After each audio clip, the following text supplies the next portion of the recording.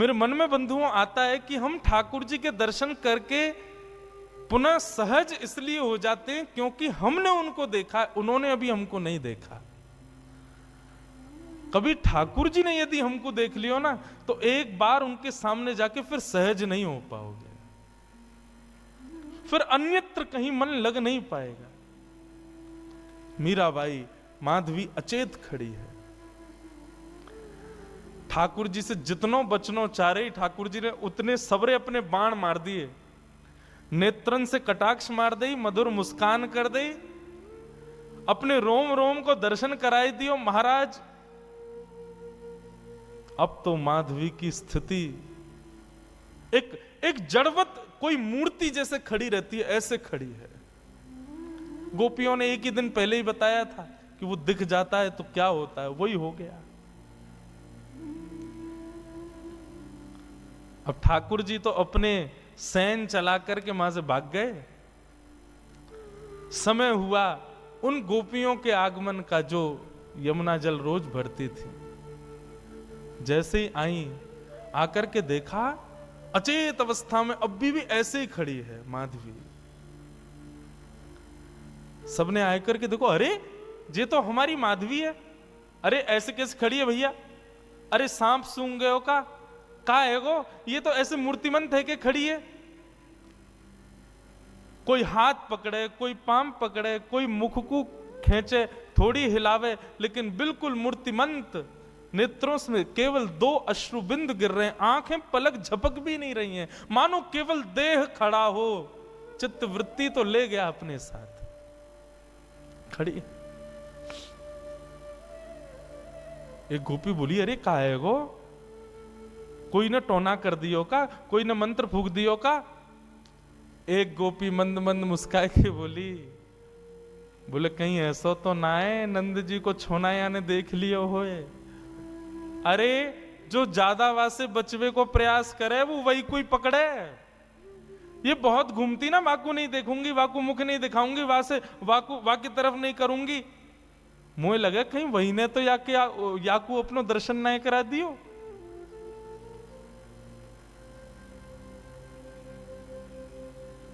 एक गोपी यमुना जल भर के लाई और जल का छिड़काव, खड़ी हुई है मीराबाई, ऐसा नहीं अचेत पड़ी है, सांस भी चल रही है, नेत्र भी खुले, बिल्कुल सचेत है, बस मूर्तिमंत है। पानी का छिड़काव किया, मुख पर जैसे जल मारा, तब मानो जैसे रुकी हुई श्वास आई हो और जल पड़ते ही मूर्छित होकर के गिर पड़ी माधवी। जल का छिड़काव किया, पैरों को मलना शुरू किया, हाथ दबाए, तब जाकर के चेतना आई और चेतना आकर के उठते ही बोली, वो कहां है, वो कहां चला गया, उस सांवरो सो कटाक्ष नेत्र। अरे कोई गोपी को बालक आया हो, इतनो सुंदर, और बार बार बोलते बोलते मूर्छित हो जाए, फिर चेतना आवे, फिर मूर्छित हो जाए, फिर चेतना आवे, फिर मूर्छित हो जाए। सब गोपियां चिंतित नहीं, मुस्कुरा रही हैं। अब जैसे ही माधवी चेतना में आई, आते ही बोली, तुम सब मुस्कुरा रही हो, मेरी स्थिति तो देखो, मुझ को ज्वर चढ़ रहे हो है, मुझसे चलो ना जा रहे हो, मुझसे उठो ना जा रहे हो, मेरी स्थिति ऐसी क्यों हो रही हो, तुम सब मुस्कुरा रही हो। तब एक गोपी बोली, तेने कोई और को लाला ना देखो, तू जैसे बचवे को प्रयास कर रही ना, वही आयो तेरे पास, वही नंद नंदन, वही श्याम सुंदर, वही हमारी यशोदा जी को लाला, वही तेरे खसम को मित्र कृष्ण, वही आयो।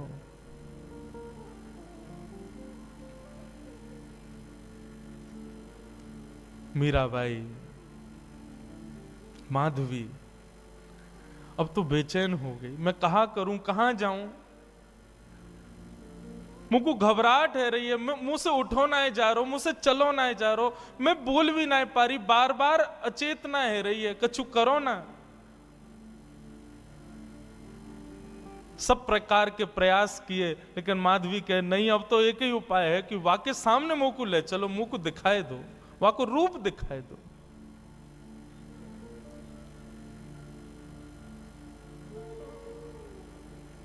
बंधुओं, कृष्णदास जी सही कहते हैं,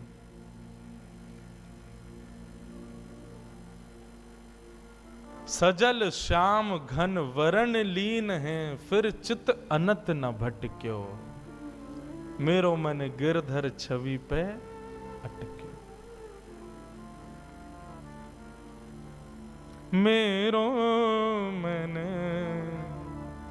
गिरधर छवि पे अटक्यो, मेरो मन गिरधर। गाओ बंधुओं, माधवी मीरा इनके चरित्र को सुन तो रहे हम, पर ये स्थिति होना असंभव है। पर जिसके संग भी होती है ना, उसको ब्रह्म सुख जैसा लगता है। माधवी कह रही है मुझे कष्ट हो रहा है, लेकिन कष्ट अनुभव ऐसा है भी नहीं कि मुझे कष्ट हो रहा है। सांसारिक देह की स्थिति पूछो तो मैं कष्ट में हूं, पर मेरी अंतरात्मा से पूछो तो मैं ब्रह्म सुख में हूं। मुझे आनंद आ रहा है, मुझे छेड़ो मत, रहने दो इसी अवस्था में। ऐसी स्थिति हो गई माधवी की।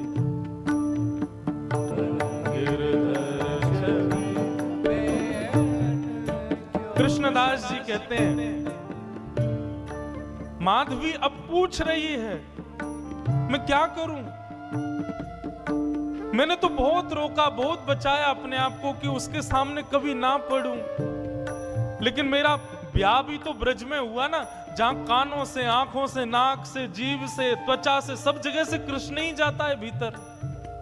मैं कहां तक रोकूं खुद को। और जब अब आ चुका है भीतर, जब वो चित्त में बैठ गया, तो अब मैं क्या करूं। मेरे बस में नहीं अब कुछ भी। लगन लगी घन श्याम की जाए, लगन लगी। ये नारायण दास जी का पद है, नारायण दास जी का पद है, बहुत सुंदर पद है।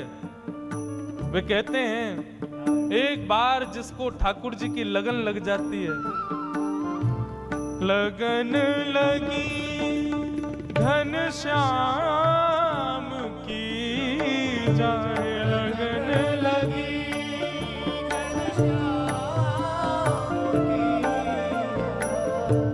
लगन लगी घन श्याम की जाए, लगन लगी घन श्याम। कृष्णदास जी कहते हैं, एक बार लगन यदि लग गई ठाकुर जी की, फिर संसार के नहीं रह पाओगे, तो फिर करें क्या। फिर क्या उपाय है। एक ही उपाय है, कृष्णदास किए प्राण न्योछावर,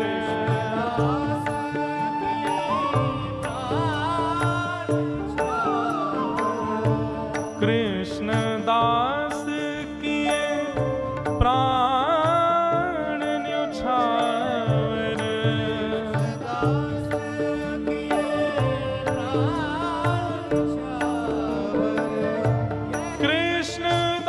कृष्णदास किए प्राण न्योछावर,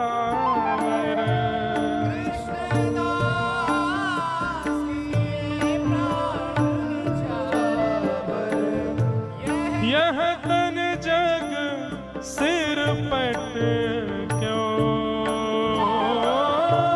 यह तन जग सिर पट क्यों, ओ मेरो मन गिरधर छवि पे अटक्यो, मेरो मन गिरधर छवि पे अटक्यो, छवि पे अटक्यो, मेरो गिरधर छवि पे,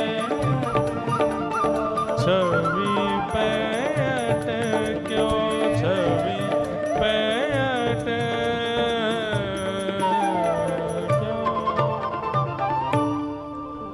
कृष्णदास किए प्राण न्योछावर, यह तन जग सिर पटक्यो।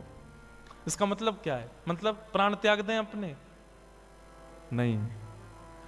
कृष्णदास किए प्राण न्योछावर का मतलब जीवन न्योछावर। अब जीवन की हर स्थिति ठाकुर जी को अर्पित करो। अभी हम लोगों ने अपना पूरा जीवन किसको अर्पित कर रखा है? अपने तन को। इसी को ही सजाने संवारने खिलाने पिलाने उठाने सुलाने, इसी का नाम यश वैभव कराने में ही लगे रहते हैं हम लोग। लेकिन वैष्णव भक्त का एक एक क्षण केवल ठाकुर जी के लिए होता है। इसलिए मैं पहले ही टर्म्स एंड कंडीशंस बता दूं, या तो इस भक्ति के मार्ग के अनुगामी बनना मत, बनो तो इस बात को पहले ही समझ लेना कि संसार की फिर कोई क्रिया नहीं कर पाओगे। मीराबाई का चरित्र मनोमंथन के लिए सुनिएगा, मनोरंजन के लिए नहीं। कहीं मीराबाई का चरित्र हृदय में घर कर गया तो फिर संसार के नहीं रह पाओगे आप। जो मैं बीच में पंक्ति छेड़ रहा था, मीराबाई की स्थिति क्या है? पद में कहते हैं, भजन तो भूल जाओ, 4 दिन पद ही सुनो। क्या कहते हैं? नारायण जी का पद है, लगन लगी घन श्याम की जाए, लगन लगी घन श्याम की जाए, लगन लगी घन श्याम। स्थिति क्या होती है? धरत कहूं पग परत है कित हूं, रखोगे कहीं पैर और जाएगा कहीं। धरत कहूं पग परत कित हूं, भूल जाए सुधि धाम की। छवि निहार नहीं रहे सार कछु, छवि निहार नहीं रहे सार कछु, धरि पल निस दिन जाम की जाए, लगन लगी घन श्याम की जाए, लगन लगी घन श्याम की। बंधुओं, ठाकुर जी कुछ रूपों से आकृष्ट करते हैं। 5 रस तो प्रमुख हैं, रूप रस स्पर्श गंध और शब्द। जरूरी नहीं है कि कथा से ही आपका चित्त पकड़ा जाए, लेकिन एक बात समझिएगा, कथा से ठाकुर जी के नहीं हो पाए तो बाकियों में संशय हो सकता है कि बाकियों से ठाकुर जी के हो पाओगे। या तो ठाकुर जी का रूप देख करके आप उनके आसक्त हो जाओगे, या तो ठाकुर जी के रसयुक्त कीर्तन पद को सुन के उनके हो जाओगे, या तो ठाकुर जी के या ठाकुर जी के वैष्णवों के स्पर्श से उनके हो जाओगे, या ठाकुर जी की सुंदर गंध यानी कि उनके अनुभव से उनके हो जाओगे। लेकिन रूप रस स्पर्श गंध ये चारों तब तक सार्थक नहीं होंगे जब तक शब्द से उनके नहीं होंगे, मतलब कथा से उनके नहीं होंगे। माधवी के साथ क्या हुआ? 24 घंटे ब्रज में कृष्ण की चर्चा चलती रहती है, तो ना चाहते हुए भी कृष्ण चिंतन जा रहा था चित्त में, कृष्ण की कथा प्रवेश कर रही थी चित्त में। चित्त में कथा ने प्रवेश किया, तब रूप ने आकृष्ट किया। कथा पहले आएगी जीवन में, और माफ कीजिए जिसके जीवन में कथा ने प्रभाव नहीं किया ना, वो उसके सामने ठाकुर जी खड़े भी हो जाएंगे तो भी उसका कुछ नहीं होगा। कथा प्रथम आसक्ति है। आपके श्री रुक्मणी जी ने जब द्वारिकाधीश को पत्र लिखा, क्या कहा कि श्रुत्वा गुणान भुवन सुंदर शृण्वताम ते। श्रुत्वा गुणान, मैंने आपको सुना है, और जब से सुना है तब से आपसे प्रेम किया है। मतलब बिना सुने प्रेम नहीं हो सकता। कई लोग कहते हैं महाराज जी तीर्थ दर्शन करा दो, हमको प्रसाद पवा लो, कुछ भी करा लो, कीर्तन में नचा लो, कथा सुनने की मत कहो। तो मुझे मेरे मन में आता है इस जन्म में तो ठाकुर जी तुझको कभी नहीं मिलने वाले, तू कथा से तेरे में रति नहीं है, कथा से तुम्हारे अंदर हृदय में प्रीति नहीं है, तो चाहे तुम कितने भी साधन कर लो। श्रीमद् भागवत में लिखा श्रम एव ही केवलम, यदि आप सारी क्रिया करते हो लेकिन कथा से रुचि नहीं है तो आपके द्वारा की गई समस्त क्रियाएं श्रम हैं। आहा, मीराबाई, माधवी, अब स्थिति हो गई, धरती कहीं है, पैर जाता कहीं है, चलती कहीं है, बैठती कहीं है, सोचती कुछ है, करती कुछ है। जित मुंह उठे तित ही धावे, मतलब जहां मुख घूम जाता वहीं को दौड़ने लग जाती हैं। वो खड़े श्याम सुंदर, मुख यहां घूम, अरे वो खड़े श्याम सुंदर। जित मुंह उठे तित तित ही धावे, सूरत न छाया धाम की। स्तुति निंदा करो भले ही, मेड़ तजी कुल जाम की। अब चाहे कोई मेरे भाव की प्रशंसा करे या कोई मेरे भाव की निंदा करे, मुझे उससे कोई मतलब नहीं है।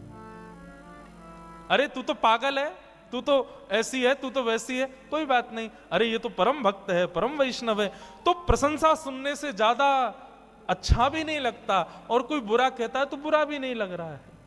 ऐसी स्थिति हो गई। नारायण बौरी भई डोले, नारायण बौरी भई डोले, रहू न काहू काम की जाहे, लगन लगी घन श्याम की जाए, लगन लगी घन श्याम।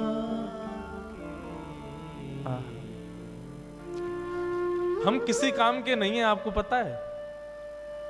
हमारी माता जी, हमारे परिवार के लोग हमसे इसलिए दुखी रहते हैं, बोले इससे केवल कथा करना आता और कुछ नहीं आता इसको। हम जब, वैसे तो घर जाने का अवसर नहीं मिलता, 2-3 महीना कथाओं में ही रहते हैं, लेकिन जब घर जाते हैं तो घर के काम माता जी कहती हैं ये भी देखो, वो देखो, भैया इतने दिन में आए हो, ये देखो, तो वो सब होता ही नहीं है।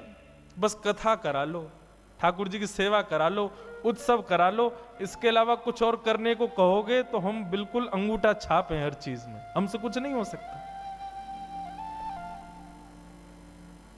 और यही स्थिति है बंधुओं। यदि आप संसार के और किसी काम के रह गए तो समझो अभी ठाकुर जी के भय नहीं। माधवी की स्थिति ऐसी हो गई। लगन लगी घन श्याम की जाए, लगन लगी घन श्याम। व्याकुल हो गई माधवी, गोपियों से कहने लगी मैं तुम्हारे हाथ जोड़ूं, पैर पूजूं, मुझे नंद नंदन के पास ले चलो। बंधुओं, यह हमारे ब्रज साहित्य की कथा है। ब्रज की कोई गोपी जब उसको ठाकुर जी का दर्शन करना होता था तो क्या करती थी? यमुना जल भरने जाती और चलते चलते धूप का बहाना लगा के कि धूप में चक्कर आ गए और चक्कर खा के गिर जाती, और फिर उस पर जल डालो, औषधि पिलाओ, किसी से ठीक नहीं होती। तब 2-4 गोपी जाती ठाकुर जी के पास, बोले एक गोपी बेहोश हो गई, चलो। ठाकुर जी आते फिर, और ठाकुर जी आकर के वाक्य कान में आकर के कहते चल रही गोपी जल्दी खड़ी है, जा मैं आ गए हो। सोई गोपी चेतना में आ जाती, ठाकुर जी को देख लेती, ठीक हो जाती। ठाकुर जी वैद्य बन गए, वैद्य राज। गोपियों की चिकित्सा करते हुए घूमते हैं। एक बार एक गोपी की मैया बोली, बोले ये लाला बड़ो कान में कहा बोले, सबरी गोपी उठ के खड़ी है जाए। एक बार वो वृद्ध गोपी ने विचार किया, आज मैं बीमार होके देखूं, मैं देखूं कहा बोले कान में। उसकी भावना तो कुछ थी नहीं, ठाकुर जी के प्रति प्रेम तो था नहीं। ऐसी चलती चलती हाय राम गिर गई करके बेहोश हो गई। गोपी बोली अरे बेहोश हो गई है सासू मां, कन्हैया को बुलाओ। ठाकुर जी आए, ठाकुर जी आके देखते ही पहचान गए, बोले भाव नहीं है, जबरदस्ती पहचान करना चाह रही है कि मैं कान में क्या बोलता हूं। ठाकुर जी आए, आकर के पहले नब्ज उठा के देखी, बेहोश थोड़ी थी, चेतना में थी, वो तो सुनना चाह रही थी कान में मंत्र क्या बोलते हैं ये। ठाकुर जी ने पहले नब्ज देखी और फिर वो जो पड़ी थी उसकी बहू से बोली, अरे तेरी सासू तो बहुत बीमार रह गई है, या को तो बड़ो वालो मंत्र देना पड़ेगा। बोले कहा, बोले मंत्र से काम ना चलेगो, या के काजे तो नीम तोड़ के लाओ और नीम को कंडा में जला के नीम को धुआं करो, वहां में लाल मिर्च डालो, वो या की नाक पे लगाओ तब ठीक होएगी। इतने में सास उठ के खड़ी है गई, मैं ठीक है गई लाला, है गई ठीक, तेरे फाम पूजू, बस अब कचू ना चाहिए।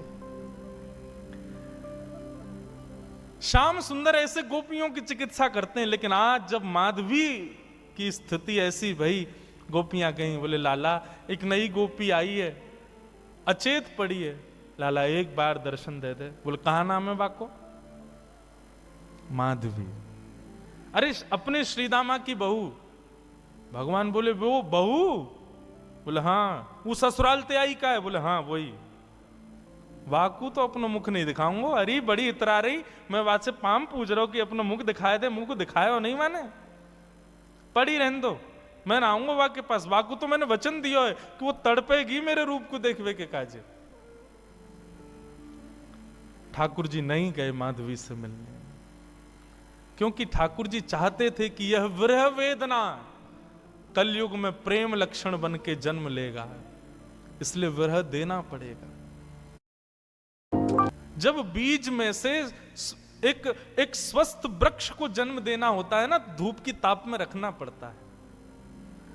ठाकुर जी यदि किसी को वेदना देते हैं, विरह देते हैं, तो निश्चित है उस पर अति कृपा है, अति प्रसन्न है, उससे कुछ और कामना है। ठाकुर जी सहज में ही किसी को अनुभव दे दें, सहज में ही किसी को कृपा कर दें, तो समझो कि अभी उसकी भक्ति उतनी श्रेष्ठ नहीं हुई। लेकिन किसी को तड़पा में, विरह दे में, तो समझो इससे प्रीति ज्यादा है।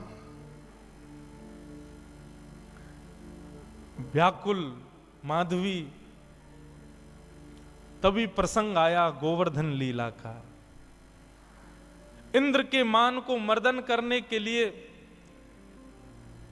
भगवान श्री कृष्ण ने जब गोवर्धन पूजा का कार्य रखा, सब ब्रजवासी गए, गोपियां गई। अरे माधवी वैसे तो कन्हैया आवे ना है, लेकिन आज सब ब्रजवासी जा रहे हैं, आज तो को कन्हैया जरूर दिख जाएगा, चल।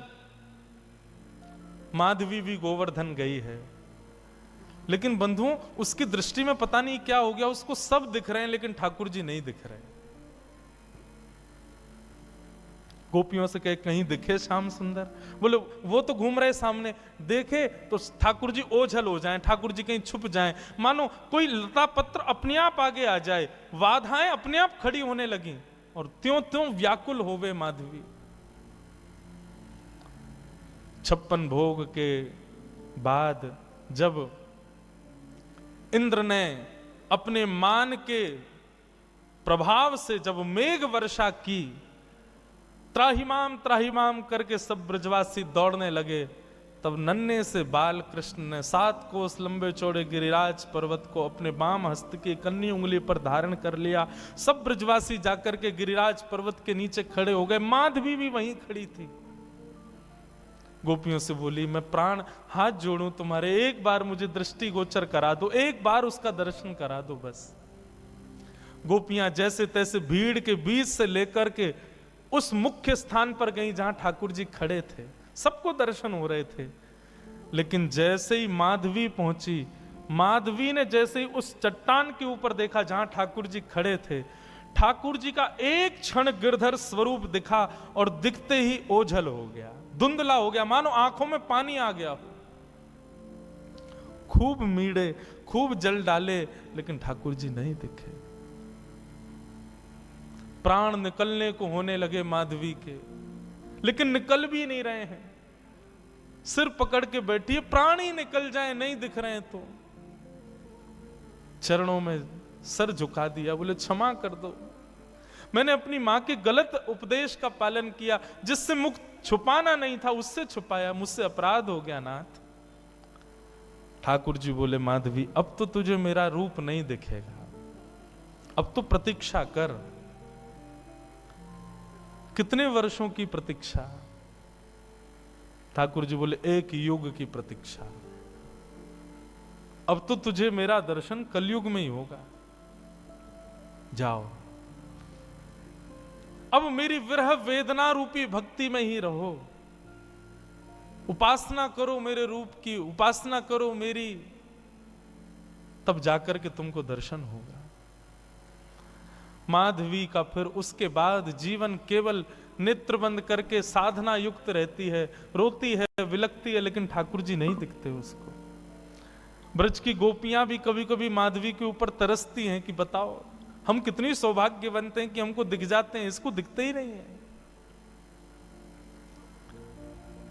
सब आकर के रूप बताती हैं, आज श्याम सुंदर ने ऐसी पाग पहनी है, ऐसे वस्त्र पहने हैं, ऐसी, उन्हीं का ही चिंतन करके माधवी अपना जीवन यापन करती है। और इसी प्रकार सुन सुन करके ठाकुर जी की रूप माधुरी का अपने जीवन यापन करते हुए अपने प्राणों का परित्याग किया माधवी ने।